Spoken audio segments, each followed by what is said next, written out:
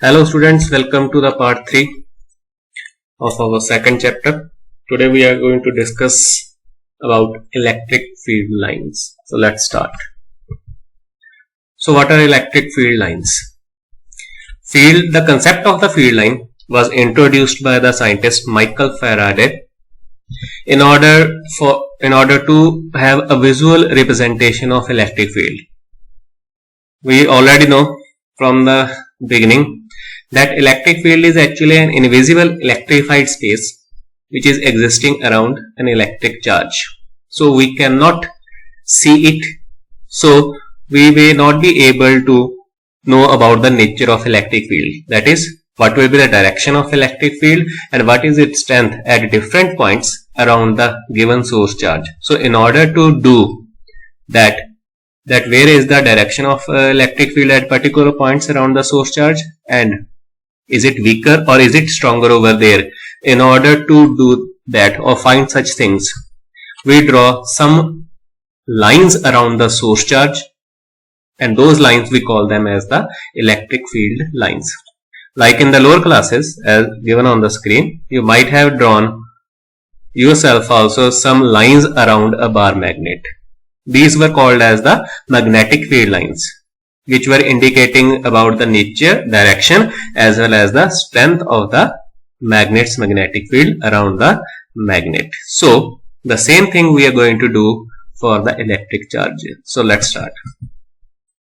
From the definition of electric field, we already have the equation F is equal to QE, which says that whenever a charge Q is placed inside an external electric field, that is in the field of another source charge, it experiences an electric force. Now, if this charge Q, which is placed in external electric field, if it is free to move, that it is not static in nature but free to move, then under the force of electric field E, it will tend to move in the direction of the electric force acting on it. For example, here we have a source charge plus Q. If we place a test charge Q naught at a certain distance away from it, then if Q naught is dynamic or movable charge, then under the effect of this repulsive force of the charge plus Q, it is going to move away from it. So as it is moving or running away from it, if we try to locate its position at different instants of time, for example as shown by these dotted, some few red dots right in front of you, then these dots indicate the position of the charge Q naught at different instants of time. So if we join all these dots with the help of a line, then this single line, it shows us the direction along which the plus Q naught charge has moved under the effect of the force of charge Q. This line, which actually shows us the path along which the direction along which charge Q naught is moving, we call this as electric field line, because under the effect of the field of charge Q, Q naught will tend to move in the direction of electric field of the charge Q.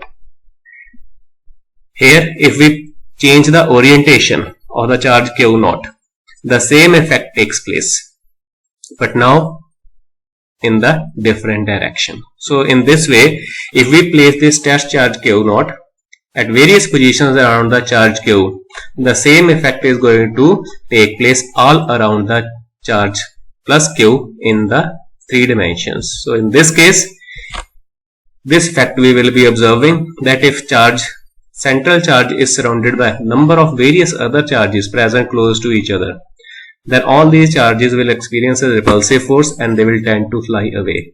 So if we record the instantaneous position of all these charges at various instants of time, then their various instantaneous positions will be indicated by the red dot, and after joining all the red dots present in a single line, we will get what we call as the electric field lines. So this geometrical shape that is present right in front of you on your screen, which is a set of few lines drawn around the plus charge, it indicates the direction in which any charge will move if it is present close to this source charge plus Q. So with the help of this with the help of this directional movement of the charges Q naught, we can easily judge what is the nature of electric field. Nature means in which direction it will be pointing with respect to the location of the charge plus Q, and whether it will be stronger or weaker. For example, if air is or wind is blowing and we tend to observe the direction of the wind, then if we throw some dust in the air, then from the direction of movement of the dust particle, we will be easily able to know in which direction the air is moving. Similarly over here, in order to know the nature or the direction in which electric field of the charge Q is moving, we have to place a test charge Q naught and we have to see in which direction it will be moving. So this animation showed you that Q naught is moving away from the charge positive. If we replace the central charge positive Q with the negative Q, rest kept as it is, then all the charge, instead of moving away from the minus Q, they will tend to move towards it. That means the field in that case, it will be directed towards the minus charge, where it is directed away from the positive charge. So thus by judging the directional movement of the few test charges around the source charge, we can easily know the nature of the electric field due to a given source charge. So how can we define it? A field line can be defined as the curve along which a small positive test charge would tend to move when free to do so in an electric field, and the tangent to which at any point gives the direction of the electric field at that point. So this is the basic definition. You are noticing that we have used the word curve, not straight. There is a reason for that, we will see later. But one important point you have to remember, that electric field lines actually do not exist in the reality. Yes, they do not exist in the reality. They are just a geometrical concept devised by the Michael Faraday just in order to look how the electric field looks around a given source charge or a group of the charges, in order to study where it is stronger, weaker, and what is the direction of electric field. So they are purely imaginary lines. They simply help us to visualize the nature of electric field. That's nothing else. Some properties. First, for isolated charges, they are always straight in nature. Right, in the animation we saw earlier, the charges are isolated. That means all other charges are present at infinite distance from the given charge. So in this case, field lines are always straight. They are never curved. Second important property, electric field lines always start from the surface of positive charges and they are directed radially outwards, as we have seen the outward movement of the test charge Q naught. But if it is a negative charge, then they end at the surface of the negative charge and they are directed radially inwards. So if you remember, the arrow of field line for positive charge is pointing away from it, but if we do it for the negative charge, all the arrows will be pointing towards the negative charge. Here it is, for starting for positive charge directed away, and for the negative charge they are directed towards the surface. For a group of charges, they are continuous curves without any breaks. For two or more charges, they are never straight. They are always curves and they are continuous curves. For example, a field line cannot have breakings in between it. We cannot draw a field line with the help of broken line, because if a field line is broken, as it is right in front of you, the absence of field line at any point indicates absence of electric field at that point, which is not possible. Reason, we know that electric field inversely varies with the square of the distance between the position of the source charge and the observation point. So as the distance goes on increasing, field goes on decreasing, but only becomes zero at infinite distance from the location of the charge. So if near the source charge we are drawing such field lines which are having some openings in it, that is not possible, because field cannot simply appear or disappear. It will only become zero at infinity. They also cannot form closed loops. Right in the beginning we saw magnetic field lines. They form closed loops. Reason, they are there for the magnetic north and south poles, and we know that the poles of a magnet cannot be isolated from each other. So field lines, they run from north to the south pole outside the magnet, but they run from south to the north pole inside the magnet. So they form closed loop. But such thing is not possible over here.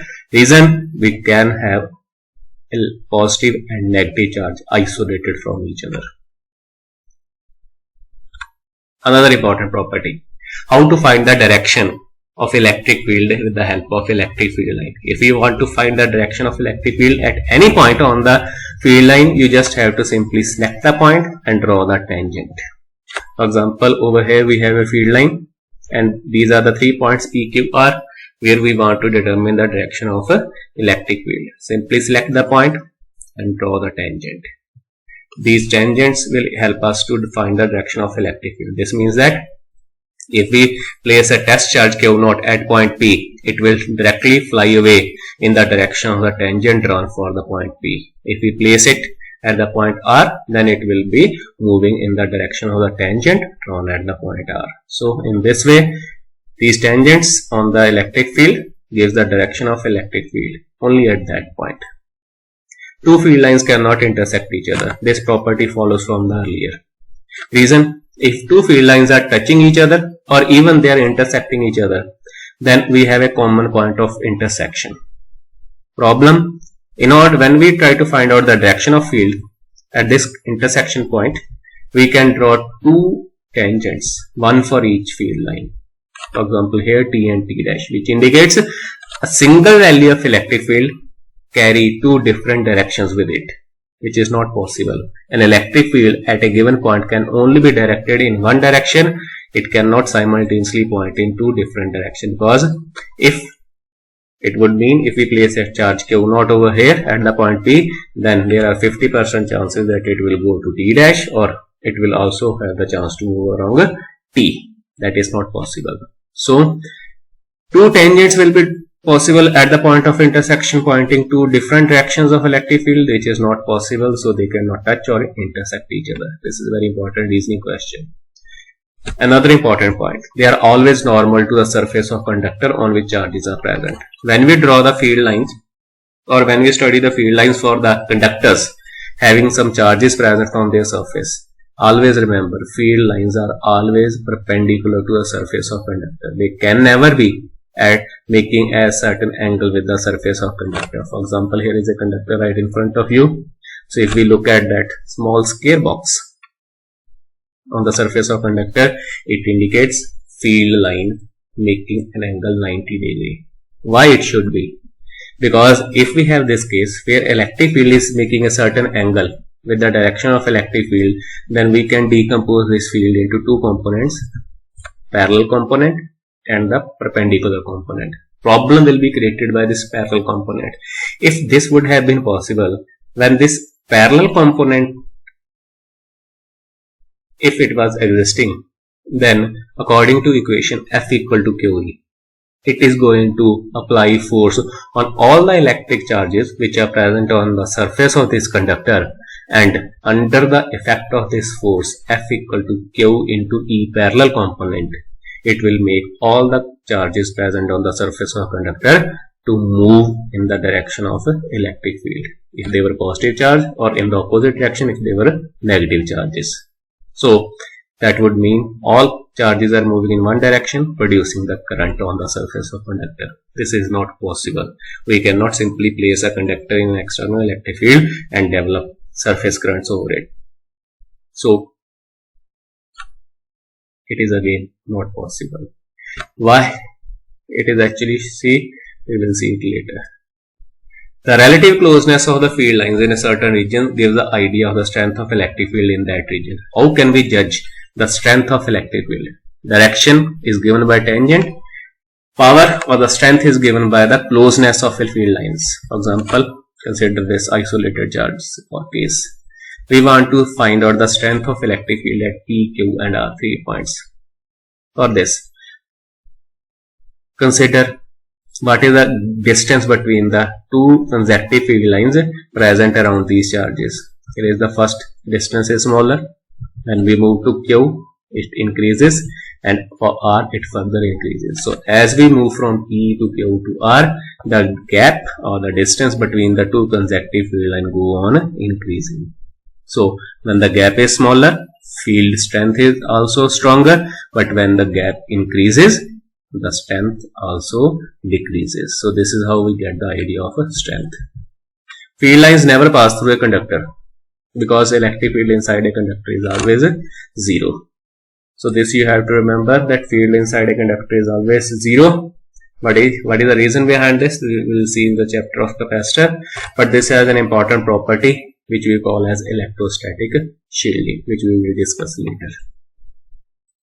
So last, field lines have tendency to contract longitudinally. This means whenever two opposite charges are present close to each other, field lines tend to contract along their length. Longitudinally means along their length.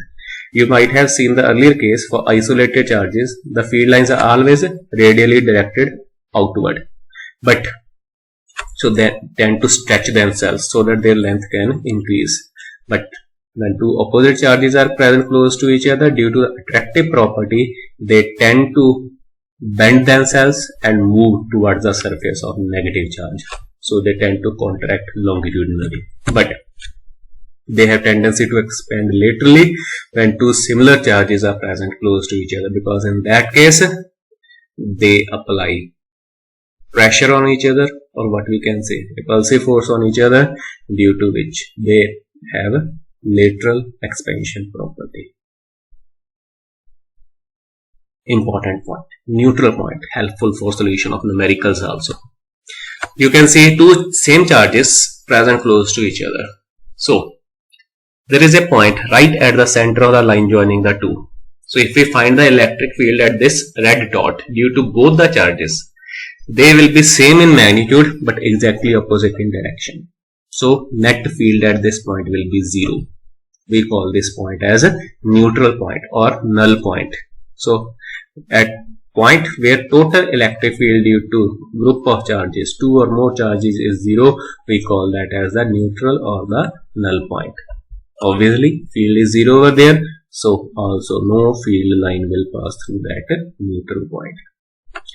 If we replace these charges with the negative pair, both charges are negative, again of same nature, remember neutral point will still be at the center of the two charges. So remember, whenever we are having two charges of the same nature, plus plus or minus minus, the null point always lies on the line in between joining the two charges.